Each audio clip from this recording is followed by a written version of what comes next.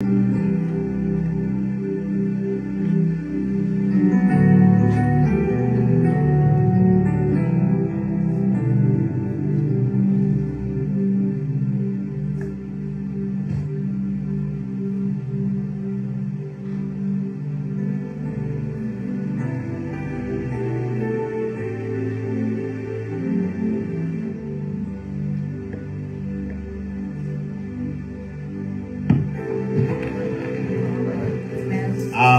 Amen. Amen. Amen. Est-ce que nous pouvons acclamer très fort pour le roi des rois?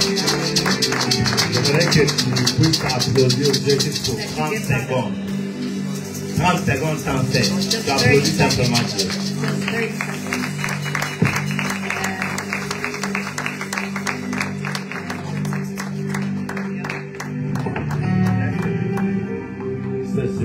Ce soir, que sa faveur soit toujours sur nous, qu'il nous accompagne en ce moment, afin que son Saint-Nom soit élevé. Alléluia. Est-ce que vous êtes dans la joie d'être dans la présence de Dieu? Alors, je vis que 2 personnes qui sont dans la joie. Voilà, merci Diamond. Diamond est tellement dans la joie. Plus que même de grandes personnes. Acclamons pour le Seigneur des Seigneurs. Chacun, tu es dans la joie d'être dans la maison de Dieu. Acclame très fort pour le roi des rois. Que le Dieu de paix vous bénisse. Dieu est amour, bien-aimé dans le Seigneur. Dieu est amour. J'aimerais que cet après-midi soit pour toi. Si je dis que ça soit pour toi, je voulais dire par là que Dieu te visite, qu'il te fasse aussi du bien. Amen. Bien-aimé dans le Seigneur, ça peut paraître l'habitude de venir toujours dans sa présence. Peut-être tu viens, tu rentres toujours avec tes mêmes problèmes. Peut-être dans ta tête, tu te dis, c'est toujours de cette manière. Mais je voudrais te dire, notre Dieu est capable de changer toutes choses. Tout bascule dans sa présence. Je disais tout bascule dans sa présence. Il n'y a rien qui peut rester constant dans sa présence. Alors je ne sais pas ton problème c'est quoi. Peu importe la qualité de ce problème, il est capable de basculer cela. Il suffit simplement de croire qu'il est capable. À des fois, quand on lit la parole de Dieu, nous rencontrons certaines histoires. Lorsqu'on voit cela, on se dit ça c'était une aventure ou quoi? Alléluia. Par exemple, quand on te donne l'histoire de Daniel, on l'a jeté dans la fosse aux lions. Et il était rempli d'assurance de descendre dans la fosse aux lions. Shadrach, Meshach, Abednego, on les a jetés dans la fournaise ardente et ils gardaient l'assurance. Et ils savaient que leur Dieu est capable. Alléluia. Alléluia. J'aimerais mettre le point sur les i. Parce qu'on ne peut pas tolérer les bêtises dans l'église. Les parents des enfants, on montre les enfants leur chemin. Ok? Quand vous amenez les enfants à l'église, regardez comment ils s'habillent. L'église n'est pas un lieu où on vient faire le tourisme avec de n'importe quoi. L'habillement est très important. Amen. Je crois, les dimanches prochains, je ne peux plus voir les mêmes bêtises. On est d'accord? On est d'accord? Acclamez pour le Seigneur Jésus-Christ. Parce que si tu ne montres pas l'enfant les chemins aujourd'hui, demain, ça sera très difficile pour lui de prendre les chemins. Que Dieu vous bénisse. Voilà, je disais, il y a d'autres choses. Quand vous regardez cela, tu te dis, c'était des aventures, quoi. Mais Dieu est capable. S'il est capable de faire sortir Daniel dans la fosse aux lions, sans que les lions le touchent, il est capable aussi de te garder dans une famille remplie de combats spirituels, mais qui n'est pas quelqu'un qui est capable de te toucher. Il est le même Dieu hier, aujourd'hui et demain. Tout ce que je peux te demander, c'est d'avoir foi en Dieu. Que Dieu vous bénisse. Père, nous te rendons grâce pour ce moment. Nous prions que tu puisses nous parler dans la profondeur et que cette parole touche nos âmes, touche nos esprits, touche-nous, afin de nous fortifier, de nous donner la gloire, afin de nous amener là où tu nous attends. Pour la gloire de ton nom, nous avons ainsi prié. Amen. Amen. Est-ce que quelqu'un peut me dire simplement ce qu'on a appris le dimanche passé? Alice, take your microphone and tell us what we learned last week. After you give to Shaina. After Shaina, you sent to Mama Bibish. After Mama Bibish, you sent to Papa. Non, pas Papa Etienne. Papa Télémba Mahaki déjà. After you sent to Papa Yannick. Amen. Hein? Let's go. Take your microphone. What we learned last week. Go. You were basically adding to what Evangelist said, and you also talked about the fact that when Jesus is like the altar. Speak up. You said that Jesus was the altar. All you have to do is like lay your life down there, and He will do all the job for you. Amen. You know what? Shaina just make a deep breath.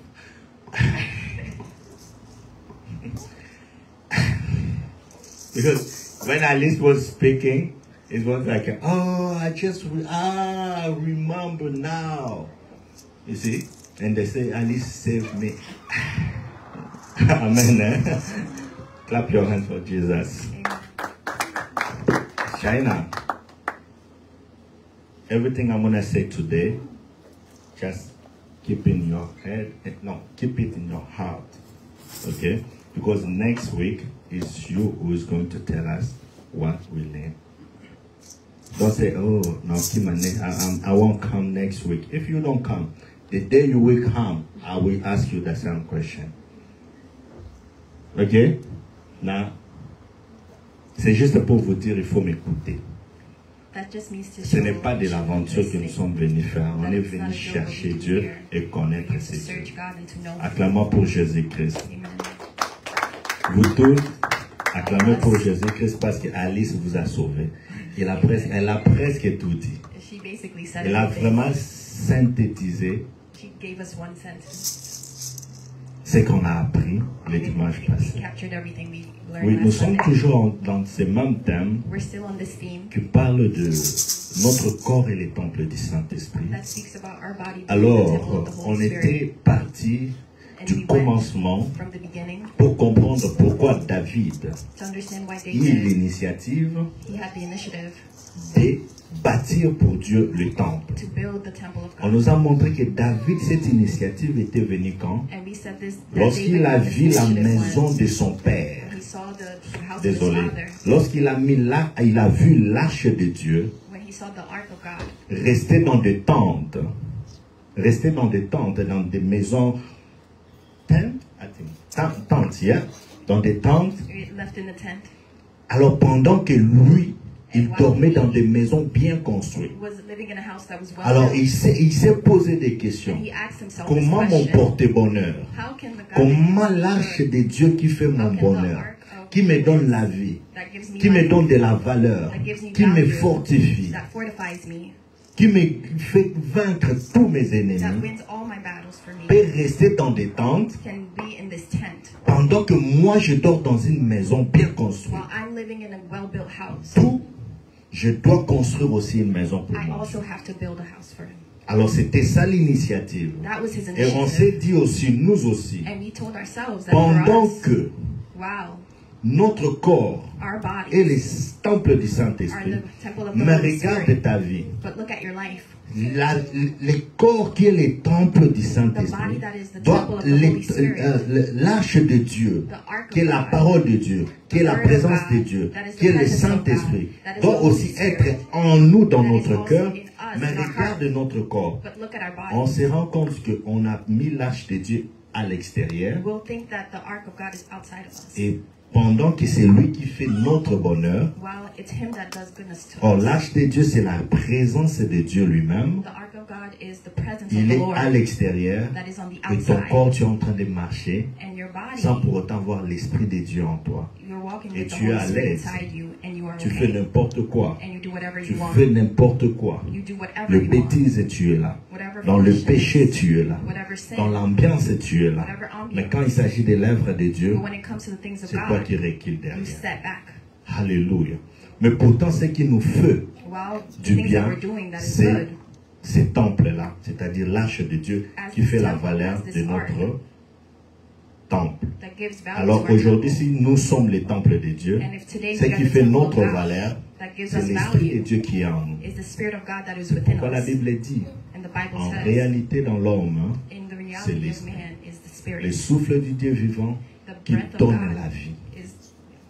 Qui donne la vie. C'est l'Esprit de Dieu. Mais comment nous pouvons négliger l'Esprit de Dieu pour nous attacher aux choses de ce monde? C'est pourquoi nous devons changer.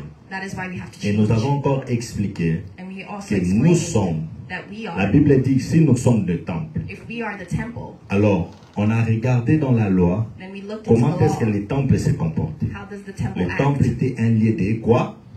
On avait dit un lieu de quoi? Service, merci. Un lieu de service. Alors, ces services-là, c'était quoi? Il y avait l'adoration qui se faisait. Il y avait les sacrifices qui se faisaient. Il y avait de prières. Il y avait d'intercessions qui se faisaient dans ces temples. Alors, la fois dernière, on a parlé maintenant des sacrifices. Alléluia. La Bible nous dit, si nous sommes le temple de Dieu, la parole de Dieu nous dit, oh, je vous en prie, frères et sœurs, par la compassion de Dieu, à offrir nos corps maintenant comme un sacrifice vivant.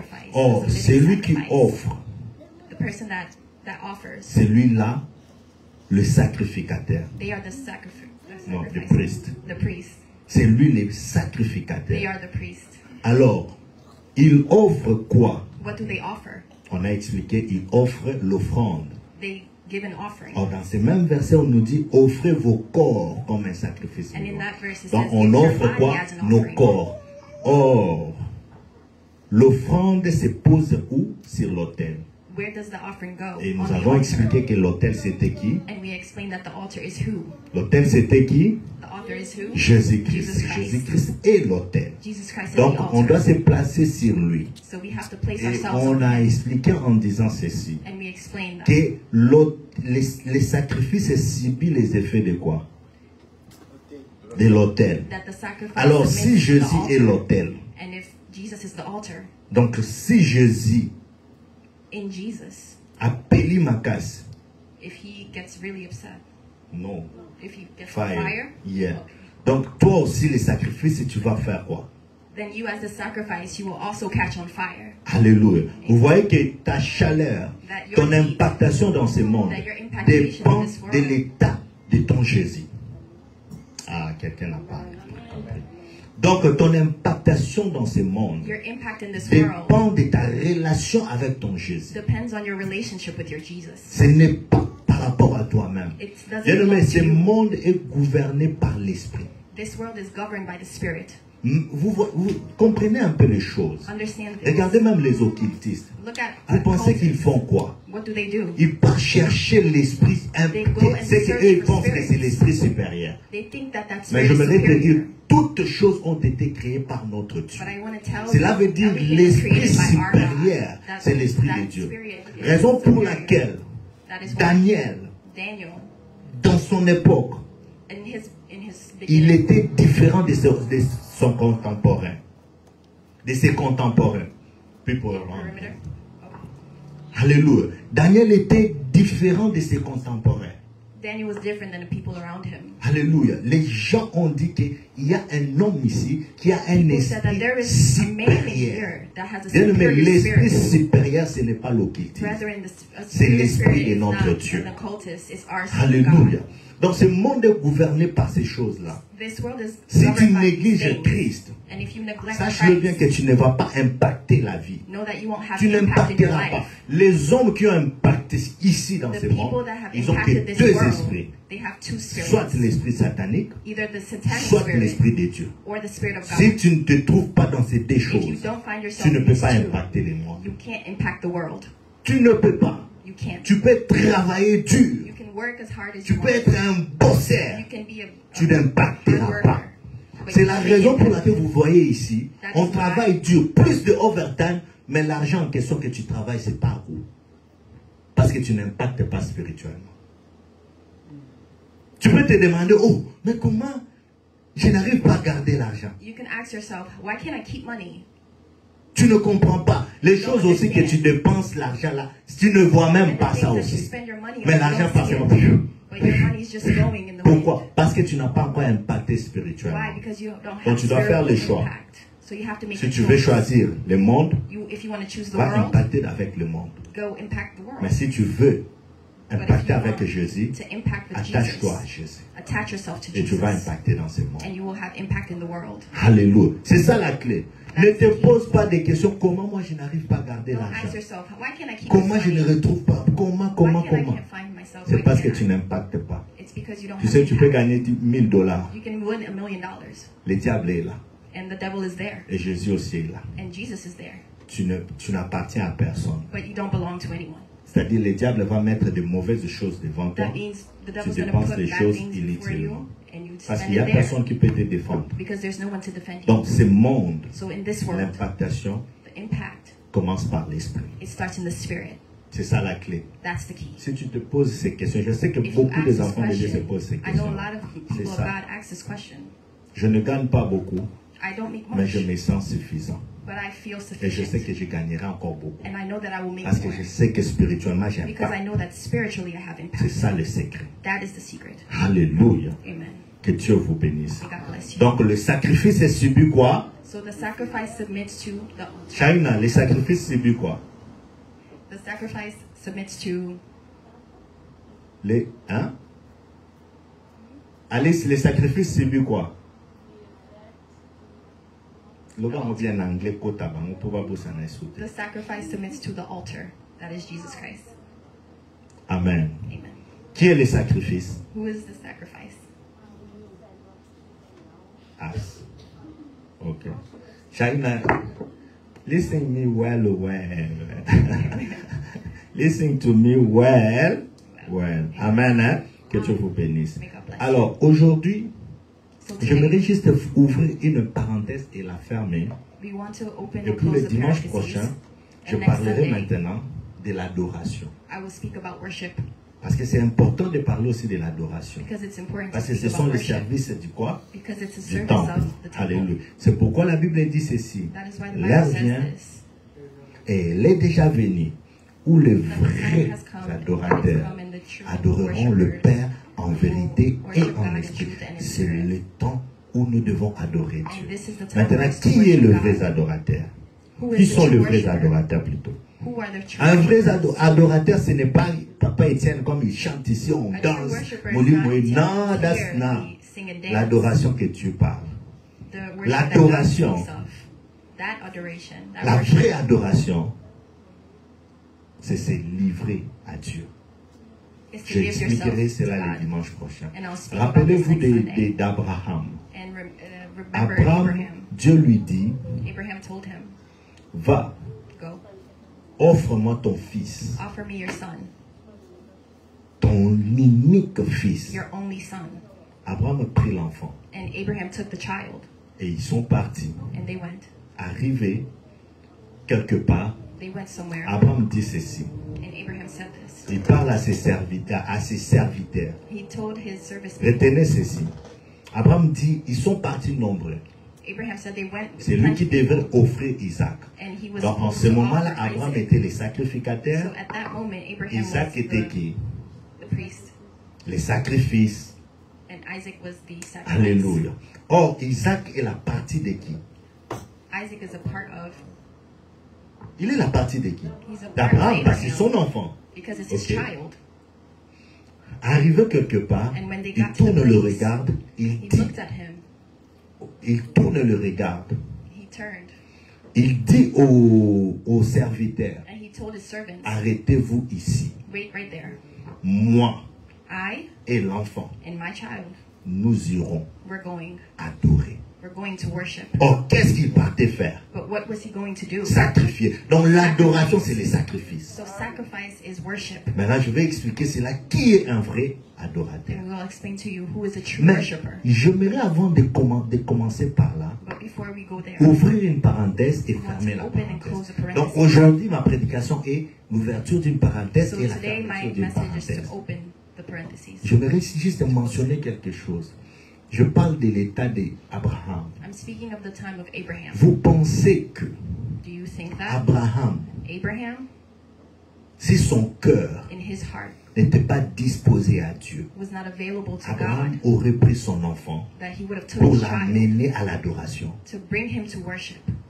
Donc sur ce, je vais parler de ceci. Je lis la parole de Dieu. Proverbe chapitre 4, le verset 23. La Bible dit ceci. J'aimerais que vous vous levez simplement. La Bible dit ceci. Écoute bien. Je peux lire. Je suis dans Proverbe, chapitre 4, le verset 23. Je lis au nom de Jésus-Christ. Garde ton cœur plus que toute autre chose, car c'est de lui viennent les sources de la vie. Parole du Seigneur. Amen. Donc si David et si Abraham s'est soumis à la voix de Dieu, c'est par rapport à l'état d'abord de quoi? Est-ce qu'on est ensemble? C'est par rapport à l'état de quoi? Bien-aimé dans le Seigneur, pour que je parle de l'adoration, je dois d'abord te faire une parenthèse sur ton cœur. Alléluia. Je dois mentionner les sujets de ton cœur d'abord. Alléluia. La Bible nous dit ceci. Garde ton cœur plus que toute autre chose. Ça paraît un peu trop bizarre. La parole de Dieu te dit, tu dois garder ton cœur plus que tout ce que tu cherches à garder d'abord. Ton cœur. Garde-le plus que toute autre chose. J'aime la parole de Dieu. Il ne nous laisse pas ambiguës. Alléluia. Il nous dit ceci. Garde ton cœur plus que toute autre chose. Pourquoi? Il nous répond parce que c'est dans ton cœur qu'il y a la source de vie. La réponse est là. C'est pourquoi je dois garder bien mon cœur. Mais regarde ton cœur. Bien-aimé, regarde ton cœur. Regarde ton cœur. La Bible nous dit dans Luc chapitre 6. Luc 6. Le verset 45. 45. Écoute ce que la parole de Dieu dit. L'homme bon tire de bonnes choses du bon trésor de son cœur. Et l'homme méchant tire de mauvaises choses de son mauvais trésor, car c'est de l'abondance du cœur que la bouche parle. Là, on nous donne deux types de personnes. Et dans ce monde, on a que ces deux types de personnes aussi. On a l'homme bon et l'homme mauvais. Et tout pour que tu sois l'homme bon, cela dépend de l'état de quoi? De quoi? De ton cœur. Donc, bien-aimés dans le Seigneur, arrêtons de nous battre avec les gens physiquement. Ça doit commencer d'abord par l'état de leur cœur. La Bible dit, l'homme bon tire les bonnes choses du bon trésor de son cœur. Takes good treasure from his heart. Alléluia. Et la mauvaise personne aussi les tire dans le mauvais trésor de son cœur. Donc nous comprenons que le cœur, c'est quelque chose que tu dois bien protéger. Mais aujourd'hui nous avons des hommes de Dieu, des enfants de Dieu, qui ont toujours la méchanceté et la jalousie en eux.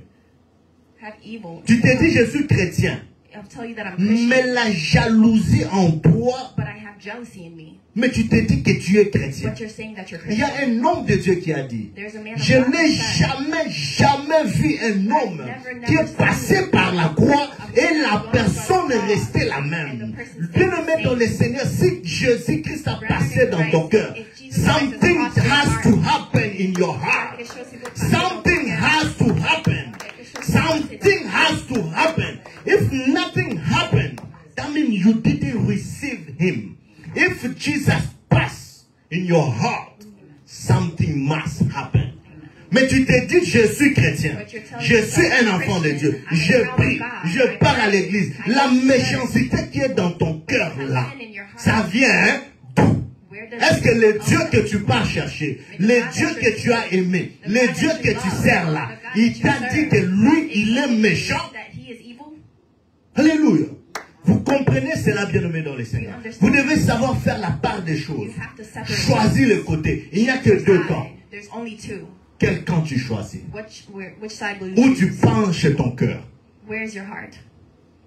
Quelqu'un d'autre va dire, ah, moi je ne suis pas jaloux, moi, ça n'a pas tout m'arrêter. Ok. We say, okay. But, look at the reaction of your heart. When somebody has something that you're looking for and you don't have. Ok. Je disais ceci. Quelqu'un peut dire, moi non, ok. Moi je sers Dieu, je n'ai pas un problème. Ok. Regarde la réaction de ton cœur. En ce moment, tu sauras que tu as encore besoin de Jésus. Tu n'as pas encore passé par la croix. Regarde la réaction de ton cœur.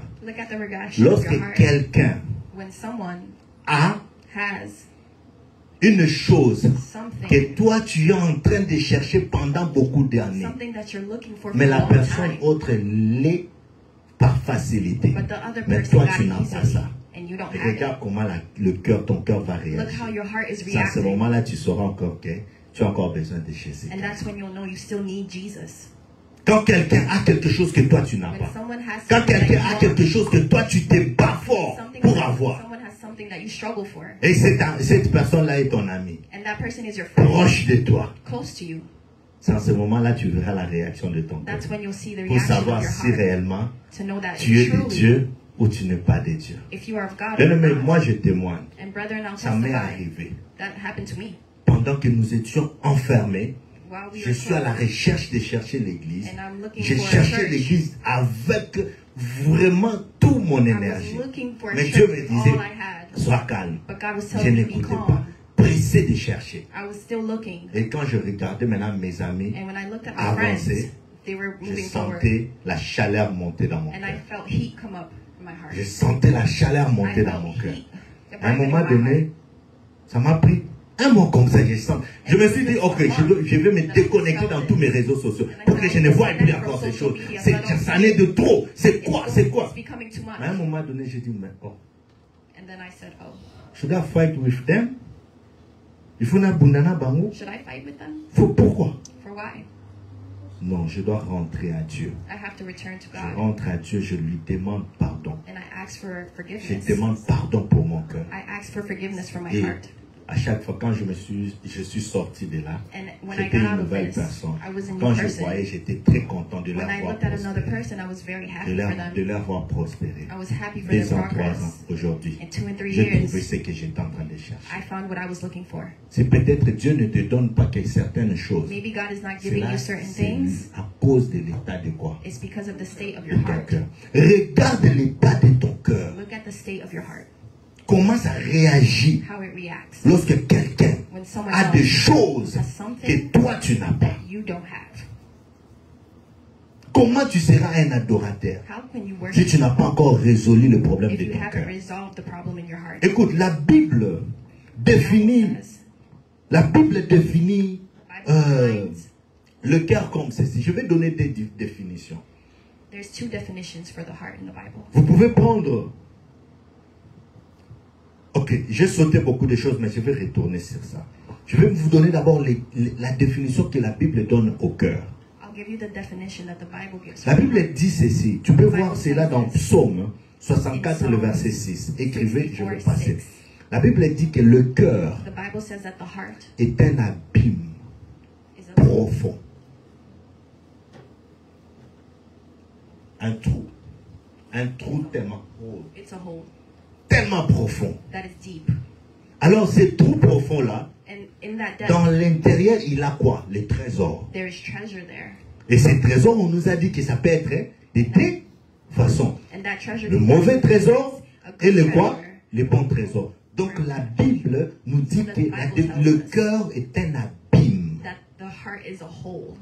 Mais j'aimerais que tu puisses retenir maintenant aujourd'hui la définition scientifique du cœur.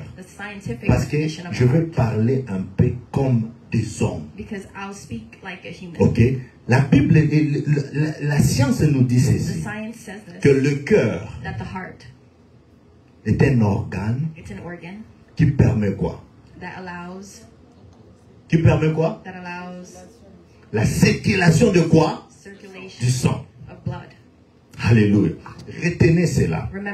Rentrons d'abord dans Proverbe. La Bible dit, garde ton cœur plus que toute autre chose. Car c'est du cœur que vient quoi? La source de quoi? Or, lorsqu'on parle de la source de la vie, c'est quoi la source de la vie? Lisons Jean chapitre 7, le verset 32. Jean 7, 38 plutôt. Pardon. John 7:28. If anyone found quickly, you can just help us to go far. Verset 38. Micro. You don't? Okay. John chapter 7 verse 38.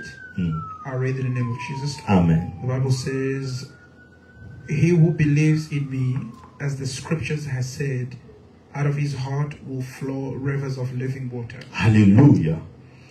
La Bible nous dit ceci. The Bible tells us this. Que celui qui croit en moi, that who believes in me, le fleuve d'eau vive, la source de vie, couleront à son sein. Jean. That out of his heart will flow rivers of living water. Alléluia. Amen. Donc celui qui croit en Jésus-Christ, c'est la source d'eau vive qui coulera à son sein. Or, lorsqu'on parle des sources d'eau vive à son sein, cela veut dire qu'il parle de l'homme intérieur. Or, l'homme intérieur, c'est ça la vraie personne que tu es. The man inside is the person you really are. Alléluia. Amen. Maintenant, on dit la source d'eau vive couleront the source of living water à ton sein. Is your blood. C'est quoi cette source d'eau vive? C'est le Saint-Esprit. C'est lui qui croit en Jésus. Dieu prend le Saint-Esprit et il dépose cela dans ton cœur. C'est ça la source d'eau vive qui doit couler à ton sein. C'est l'homme intérieur. Ça reflète l'état de ton cœur. It's the Holy Spirit that reflects the state of your heart. Alléluia. Amen. Maintenant, regarde-toi. Now look at you. Ta position est où? Where is your position? Regarde l'état de ton cœur. Est-ce que tu as vraiment le Saint-Esprit? Really si nous lisons Galates chapitre 4, le verset 6, écoute ce que la Bible nous dit.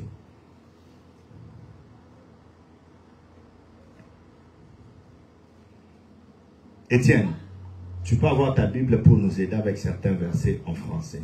Et aie ton micro près de toi. Galates chapitre 4, le verset 6. Galatians 4, verse 6.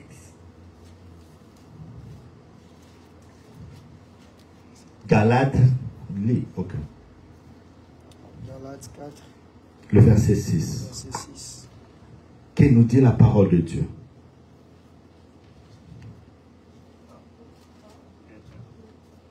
Vous avez beaucoup de micros. Galatians 4, 6.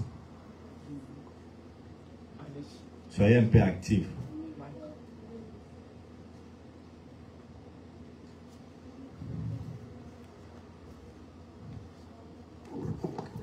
Lisons la parole de Jésus. Galates 4, 6. Et parce que vous êtes fils, Dieu a envoyé dans nos cœurs, l'esprit de son Fils, lequel crie Abba Père. Alléluia. Dieu a dit parce que vous êtes fils. Et Dieu a envoyé dans vos cœurs l'esprit de son Père. Et pas n'importe quel esprit. L'esprit qui crie Abba, Abba, Abba, Papa. Alléluia. Vous appartenez maintenant à Dieu. L'esprit n'est pas ailleurs, mais l'esprit habite dans ton cœur. Mais la Bible nous dit que maintenant que le cœur est un abîme qui contient des trésors, mauvais trésors et bons trésors. Maintenant, toi, tu te dis que tu as le Saint-Esprit de Dieu. Le Saint-Esprit t'amène la jalousie. C'est vrai. C'est vrai. Le Saint-Esprit t'amène la méchanceté. C'est vrai. Tu comprends où tu appartiens. Donc tu n'es pas encore un enfant de Dieu. Rapproche-toi encore. Cherche le Dieu créateur. Regardez toujours les réactions qui se font dans vos cœurs. C'est en ce moment-là vous comprendrez que nous n'appartenons pas encore à Christ. C'est-à-dire si aujourd'hui l'enlèvement vient, je ne ferai pas partie. Pourquoi? Parce que l'état de mon cœur n'est pas encore prêt pour recevoir Jésus. Alléluia. Alléluia. Donc nous comprenons que Dieu a répandu son esprit où? Il a répandu son esprit où? Il a répandu son esprit où? Parlez fort. Vous parlez fort. Dans nos cœurs. Amen. C'est là où l'esprit de Dieu est. Oh, bien-aimé dans le Seigneur. Peut-être tu peux penser que c'est de l'aventure. Mais si tu ne regardes pas l'état de ton cœur, tes sacrifices qui se font ici, c'est nul. C'est nul. C'est nul. Alléluia. Alors, je vous ai défini le cœur bibliquement comment? J'ai dit bibliquement comment le cœur est quoi? In the Bible, the heart is it's a hole. It's a Trop deep profond. hole. Amen. Amen. Amen. Amen. Maintenant, scientifiquement, j'ai dit la Bible. Le cœur, c'est quoi? It's an organ. Organe qui fait quoi? Qui permet quoi? Le sang. Amen. Maintenant, lisons. Nous allons faire un peu. Je veux connecter cela avec la parole de Dieu. Now I want to connect Ok, this with the suivez-moi word maintenant of God. attentivement. Now Je vais follow me déjà closely. atterrir. Si le cœur, If the heart,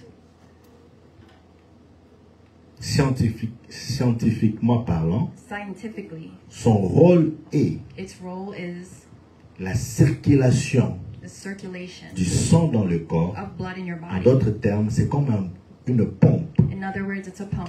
qui pompe afin que le sang fasse quoi? So that the Circuler blood dans tout ton circulates cœur, in- dans tout ton corps, in n'est-ce all pas? your body. Ok. Maintenant, que nous dit Lévitique, And now in Leviticus, chapitre 17, vous trouvez vite, chapter il faut 17, qu'il là. Il faut nous aider rapidement. Lévitique chapitre 17, Leviticus 17, le verset 14, que nous dit la parole de Dieu? verse 14. Lévitique chapitre 17. Ayez aussi l'habitude d'écrire, bien aimé dans le Seigneur. Écrivez pour beaucoup de ceux qui vous commater beaucoup comprendre et copiment au bobo ça Lévitique chapitre 17, le verset 14 nous dit quoi? Lisons la parole de Dieu. Car l'âme de toute chair, c'est son sang qui est en elle. C'est pourquoi j'ai dit aux enfants d'Israël, vous ne mangerez le sang d'aucune chair, car l'âme de toute chair, c'est son sang. Quiconque en mangera sera... Quiconque en mangera sera retranché. Amen. Amen. La Bible nous dit ceci. L'âme de toute chair. L'âme de toute chair est où? Dans son sang. Donc, en d'autres termes, le sang, c'est l'âme de la personne. N'est-ce pas? On nous dit que l'âme de toute chair, toi aussi tu as la chair. Donc ton âme est dans ton sang. Donc le sang, c'est l'âme de la personne, bibliquement parlant. Alléluia. On nous dit maintenant que le cœur permet la circulation de quoi? Du sang. Donc le cœur, c'est lui qui purifie quoi? Les sangs et les jette dans les organes afin que tu vives. Ok? Maintenant, on nous dit que l'âme de toute chair est où? Dans son sang. Donc, en d'autres termes, ton âme est purifiée par l'état de ton cœur.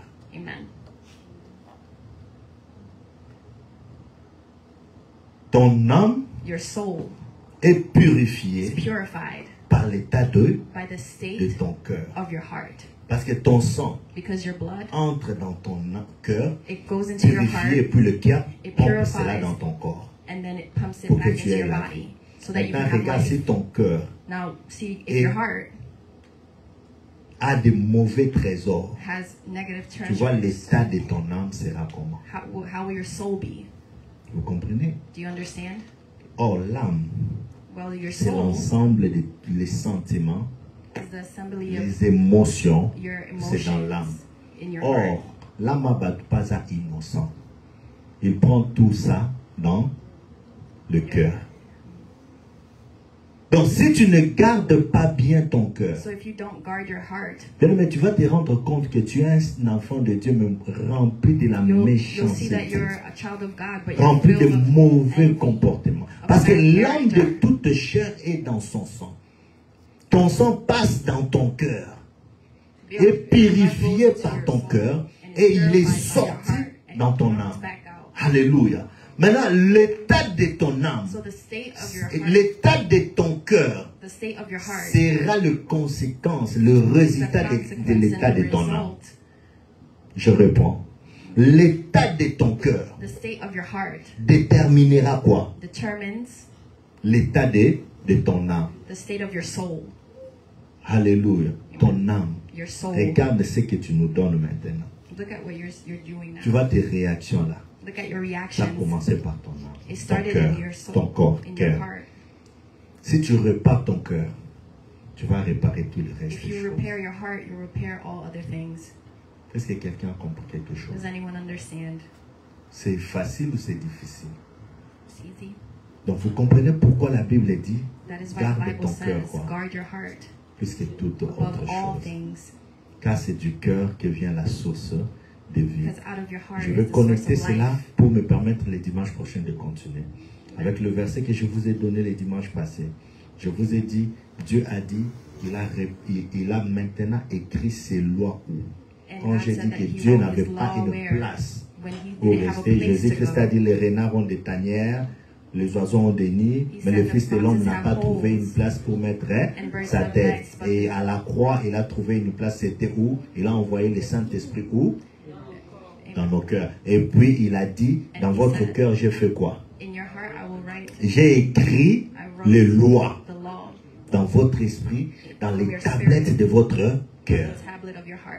Vous comprenez que la loi de Dieu est maintenant dans ton cœur. En ce moment-là, quand Dieu te dira sacrifie, tu seras un bon qui? Sacrificateur. En d'autres termes, tu seras un bon ado. Une bonne adorateur. Tu sauras comment adorer. Parce que Abraham, si l'état de ton cœur était, de son cœur était rempli de la méchanceté, il allait dire Zambé.